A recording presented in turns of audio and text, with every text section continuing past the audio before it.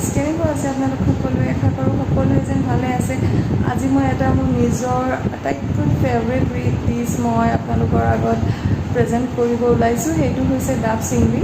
চিংৰি মাছ মোৰ আটাইতকৈ প্ৰিয়, চ' সেইটো কাৰণে মই আপোনালোকৰ লগত মোৰ নিজৰ ফেভৰেট ৰেচিপিটো শ্বেয়াৰ কৰি আছোঁ। যদি আপোনালোকে ভাল পায় তেন্তে লাইক আৰু ছাবস্ক্ৰাইব কৰিব নাপাহৰিব। বনাবলৈ কি কি সামগ্ৰীৰ প্ৰয়োজন হ'ব মই আপোনাক দেখাইছোঁ আহক। এয়া হ'ল প্ৰন, মই হাফ কেজি লৈছোঁ, চাফা কৰি লৈছোঁ। এয়া চেনি লৈছোঁ 1 স্পুন, এয়া নিমখ লৈছোঁ 1 স্পুন, এয়া হালধি লৈছোঁ 1 স্পুন, এয়া ৰেড চিলি পাউডাৰ লৈছোঁ 1 স্পুন, পপি চিডছ লৈছোঁ হাফ স্পুন, মাষ্টাৰ্ড চিডছ লৈছোঁ মই 1½ স্পুন। চ' চাওঁ আহক ইয়াৰ নেক্সট প্ৰচেছটো। হালধি আৰু নিমখ দি পেলাই অকণমান দেৰি 10 মিনিটৰ কাৰণে মই ইয়াক মেৰিনেট হ'ব থৈ দিম। তাৰপিছত মই অকণমান বাটাৰ দি পেলাই ষ্টাৰ ফ্ৰাই কৰিম। মই ইয়াতে এই প্ৰাউনখিনি ফ্ৰাই কৰিবৰ কাৰণে 1 স্পুন বাটাৰ দিম।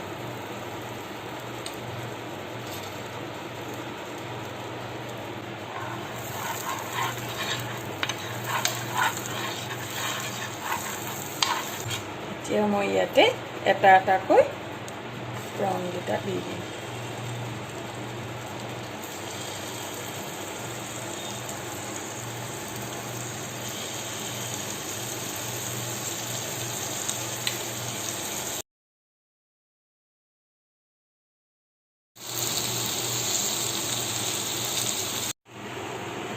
এয়া মই গোটেইকেইটা প্ৰাউন ফ্ৰাই কৰিলোঁ, হৈ গ'ল মোৰ ফ্ৰাই।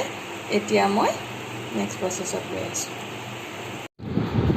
এয়া ডাবৰ মালাই, মই আটাইখিনি উলিয়াই লোৱা নাই, মই 2 চামুচ উলিয়াই লৈছোঁ। এয়া আটা অকণমান মই মাৰি লৈছোঁ ডাবটো চিল কৰিবৰ কাৰণে। এয়া 6ৰ পৰা 7টা মই কেঁচা জলকীয়া লৈছোঁ। এয়া 2 চামুচ মিঠাতেল লৈছোঁ। এয়া 4 ফুট নহৰু মই পেষ্ট কৰি লৈছোঁ। আৰু এয়া 2টা মিডিয়াম চাইজৰ পিঁয়াজ মই ফ্ৰাই কৰি লৈছোঁ। এয়া ডাবৰ পানীখিনি। এতিয়া চাওঁ আহক মোৰ নেক্সট প্ৰচেছটো। মই ল'ম এটা মিক্সিং জাৰ, তাত মই আটাইখিনি বস্তু পেষ্ট বনাই ল'ম। এতিয়া মই এই উলিয়াই থোৱা ডাবৰ পানীখিনি মিক্সিং জাৰত দি দিম। মই ইয়াত অন্য পানী আৰু ব্যৱহাৰ নকৰোঁ। আৰু মই দিম এতিয়া মিঠাতেল।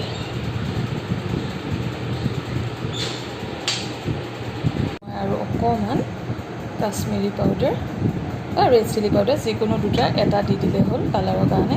অকণমান মোৰ কম হৈছিলে। আৰু অকণমান মই মিঠাতেল আৰু এচামুচ দি দিম ইয়াতে।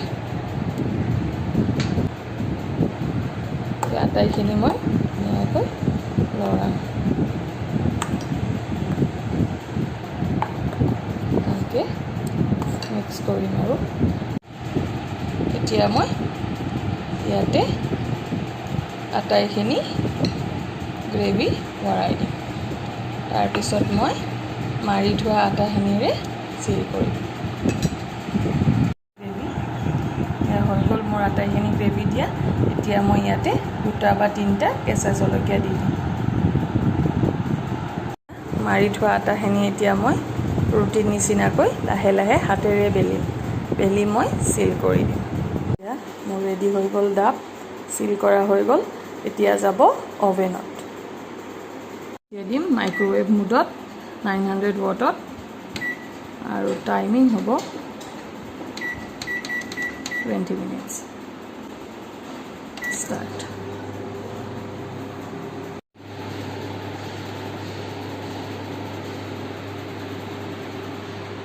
এতিয়া মই চাম কেনেকুৱা হৈছে, ৰেডি হৈছে নাই।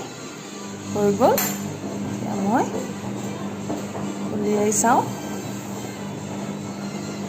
এয়া চাওক, খুব সুন্দৰ।